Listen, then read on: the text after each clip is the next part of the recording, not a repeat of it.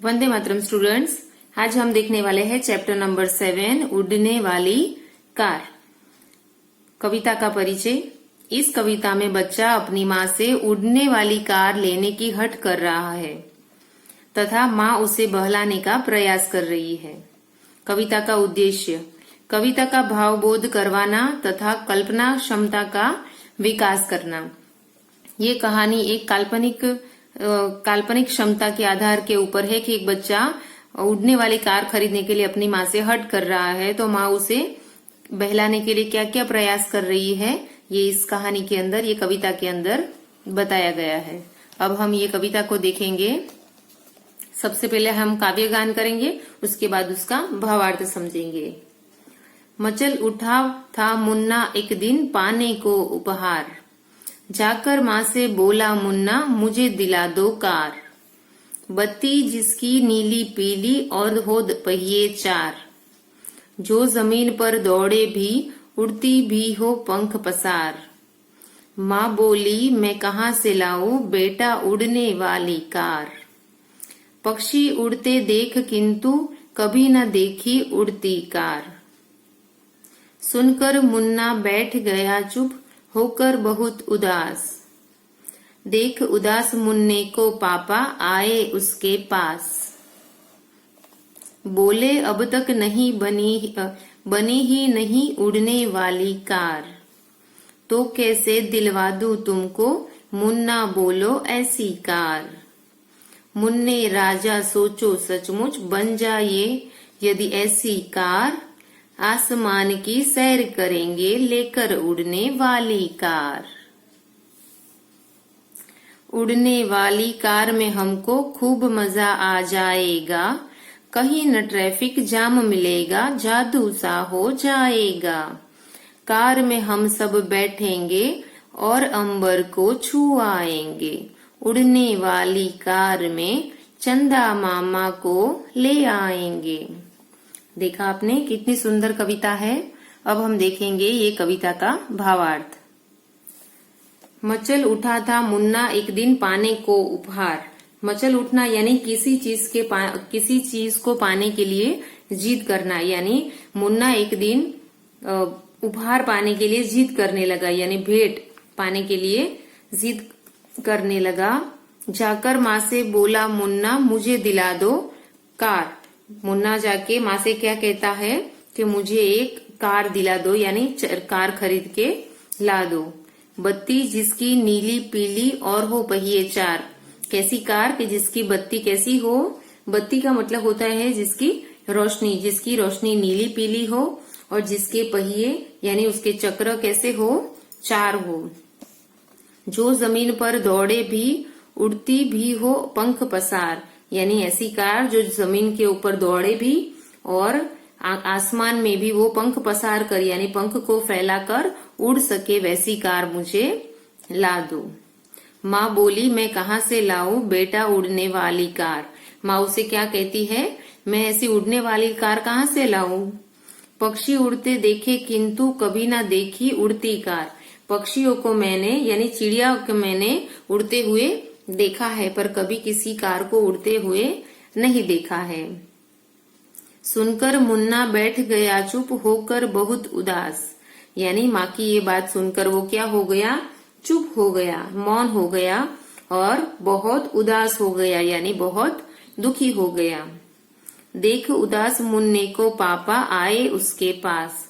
मुन्ने को उदास देखकर उसके पापा उसके पास आए उसको समझाने के लिए। बोले अब तक नहीं बनी ही नहीं उड़ने वाली कार। पापा उसको क्या समझाते हैं कि अब तक उड़ने वाली कार बनी ही नहीं है, तो कैसे दिलवाए तुमको मुन्ना बोलो ऐसी कार। अगर ऐसी कार बनी ही नहीं है तो हम तुम्हें कहाँ से लाकर ऐसी कार दे। मुन्ने राजा सोचो सचमुच बन जाए यदि ऐसी कार, आसमान की सैर करेंगे लेकर उड़ने वाली कार। उसके पिताजी उसके पापा उसको क्या समझाते हैं कि सोचो मुन्ना अगर ऐसी कार बन जाए तो क्या होगा, हम लोग आसमान की सैर करने जाएंगे, यानी आसमान में घूमने के लिए जाएंगे उड़ने वाली कार लेकर। उड़ने वाली कार में हमको खूब मजा आ जाएगा। उड़ने वाली कार में हमको क्या आ जाएगा? बहुत मजा आएगा उड़ते उड़ते घूमने में। कहीं न ट्रैफिक जाम मिलेगा, जादू सा हो जाएगा। उसके पापा उसको क्या बताते हैं कि उड़ने वाली कार में हम लोग जाएंगे तो हमें बादलों में, आकाश में कहीं भी ट्रैफिक जाम मिलेगा नहीं, और क्या हो जाएगा? एकदम जादू सा यानी चमत्कार सा हो जाएगा। कार में हम सब बैठेंगे और अंबर को छू आएंगे। उड़ने वाली कार में चंदा मामा को घर ले आएंगे। पापा उसको और क्या बताते हैं? कार में हम सब बैठेंगे और कहाँ पे जाएंगे? अंबर पे यानी आकाश पे जाएंगे और आकाश को छू आएंगे यानी आकाश को स्पर्श करके आएंगे। और उड़ने वाली कार में हम लोग साथ साथ में क्या लेके आएंगे? चंदा मामा को भी साथ में बिठा के लेके आ जाएंगे। ओके, तो ऐसी सुंदर कविता है जो हमने उसका भावार्थ देखा। अब देखेंगे हम उसकी एक्सरसाइज। अभ्यास के अंदर सबसे पहले दिया है कविता का बोध। कविता के बोध के अंदर है श्रुत लेख यानी डिक्टेशन। ये वर्ड को सिर्फ नोटबुक के अंदर लिखना है। मुन्ना, पक्षी, पंख, सचमुच, सैर, मजा, ट्रैफिक, अंबर और चंदा। अब हम देखेंगे मौखिक प्रश्न। मौखिक प्रश्न है 3 और लिखित प्रश्न है 4। ये प्रश्नों के उत्तर हम लोग देखेंगे नोटबुक के अंदर। प्रश्न नंबर क है, मुन्ना किससे उपहार दिलवाने के लिए कह रहा है? तो उत्तर आएगा, मुन्ना माँ से उपहार दिलवाने के लिए कह रहा है। प्रश्न नंबर ख, मुन्ना कैसी कार लेने की हट कर रहा है? तो उत्तर आएगा, मुन्ना उड़ने वाली कार लेने की हट कर रहा है। प्रश्न नंबर ग, उड़ने वाली कार में किसको लाने की बात कविता में कही गई है? तो उत्तर आएगा, उड़ने वाली कार में चंदा मामा को लाने की बात कही गई है। अब हम देखेंगे लिखित प्रश्न। माँ ने मुन्ना से क्या कहा? तो उत्तर आएगा, माँ ने मुन्ना से कहा कि मैं ऐसी कार कहाँ से लाऊं जो उड़ती हो? मैंने कभी ऐसी कार नहीं देखी। प्रश्न नंबर ख, मुन्ना चुप होकर क्यों बैठ गया? तो उत्तर आएगा, जब माँ ने उड़ने वाली कार लाने से मना कर दिया तो मुन्ना चुप होकर इसीलिए बैठ गया क्योंकि वह उदास हो गया। प्रश्न नंबर ग, पापा ने मुन्ना को कैसे मनाया? तो उत्तर आएगा, पापा ने मुन्ना को समझाया कि अब तक उड़ने वाली कार नहीं बनी है। घ देखेंगे, उड़ने वाली कार से आसमान की सैर करने पर क्या क्या होगा? तो उत्तर आएगा, उड़ने वाली कार से आसमान की सैर करने पर ट्रैफिक नहीं होगा और कार में बैठकर आसमान को भी छू सकते हैं। अब हम देखेंगे प्रश्न नंबर 3 टेक्स्ट बुक के अंदर से। कविता की पंक्तियां पूरी करो। यहाँ पे कविता की पंक्ति आधी लिखी है जिसको हमें कंप्लीट करना है। ये हम कब कंप्लीट कर पाएंगे? जब हमें कविता पूरी कंठस्थ हो जाएगी, पूरी याद हो जाएगी, तो ही हम ये कंप्लीट कर पाएंगे। तो आपको ये कविता को घर पे लर्न करना है। क, मचल उठा था मुन्ना एक दिन। तो क्या आएगा आगे हमारी कविता की फर्स्ट लाइन, पाने को उपहार। ओके। ख, पक्षी उड़ते देख किंतु, फिर क्या आएगा, ना देखी उड़ती कार। ग, मुन्ने राजा सोचो सचमुच, बन जाए यदि ऐसी कार।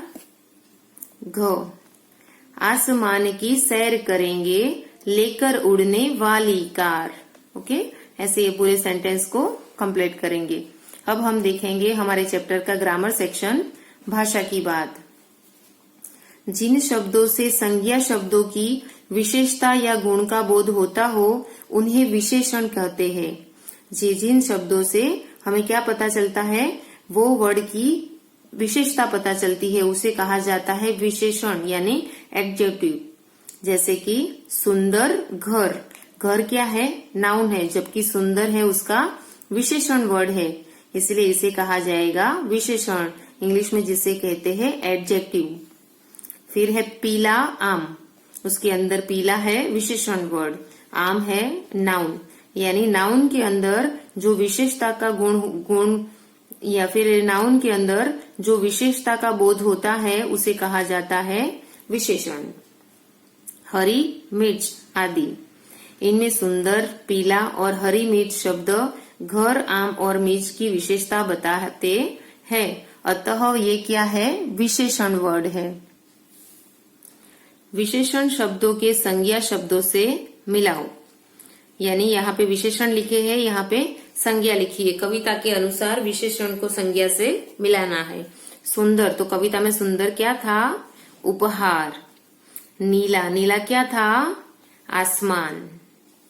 नीली पीली, नीली पीली तो क्या थी? बत्ती। उड़ने वाली तो क्या थी? उड़ने वाली कार। चार, तो चार क्या था? उसके पहिए। उदास, उदास क्या था? मुन्ना। ओके, कौन था? तो मुन्ना। अब देखेंगे प्रश्न नंबर 2, अंग्रेजी अर्थ लिखो। जो हिंदी शब्द लिखे हैं उसका इंग्लिश नाम लिखना है। पक्षी का इंग्लिश बनेगा बर्ड, BIRD। पंख, उसका इंग्लिश बनेगा विंग्स, WINGS, विंग्स। सैर, उसका इंग्लिश बनेगा ट्रिप, TRIP, ट्रिप। चुप, चुप का इंग्लिश बनेगा साइलेंट, SILENT, साइलेंट। अंबर, जिसका इंग्लिश बनेगा स्काई, SKY। पहिए, जिसका इंग्लिश बनेगा व्हील्स, WHEELS, व्हील्स। अब हम देखेंगे प्रश्न नंबर 3, अंग्रेजी वाक्यों को हिंदी वाक्यों से मिलाओ। Baby wants to take a fly car, उसका हिंदी क्या बनेगा? मुन्ना उड़ने वाली कार लेना चाहता है। We will enjoy in the flying car, we will enjoy in the flying car, तो उसका हिंदी क्या आएगा? हम उड़ने वाली कार में मजे उड़ाएंगे। फिर है we will take a moon with us, हम चंदा मामा को अपने साथ ले आएंगे। उसके बाद वाक्य है there will be no traffic jam in the sky, यानी आकाश में ट्रैफिक जाम नहीं होगा। यहाँ पे खत्म होता है चैप्टर। उसके बाद देखेंगे नीचे दी हुई रचनात्मक अभिव्यक्ति। किन्हीं 2 वाहनों के चित्र बनाओ और उनके बारे में अपने साथियों से बातचीत करो। यहाँ पे 2 बॉक्स दिए हैं, 2 बॉक्स के अंदर व्हीकल्स के चित्र, अलग अलग व्हीकल्स के चित्र बनाने हैं। और एक अभिव्यक्ति है, उसके अंदर क्या लिखा है? अनेक कंपनियों की कारों के चित्र इकट्ठा करो और अपनी स्क्रैप बुक में चिपकाओ, यानी विविध कंपनियों के, अलग अलग प्रकार की कंपनियों की जो कार आती है उसके चित्र आपको इकट्ठा करना है और उसकी एक स्क्रैप बुक आपको घर पे बनानी है। तो यहाँ पे ये चैप्टर पूरा खत्म होता है। नेक्स्ट वीडियो में हम न्यू चैप्टर देखेंगे। Bye students.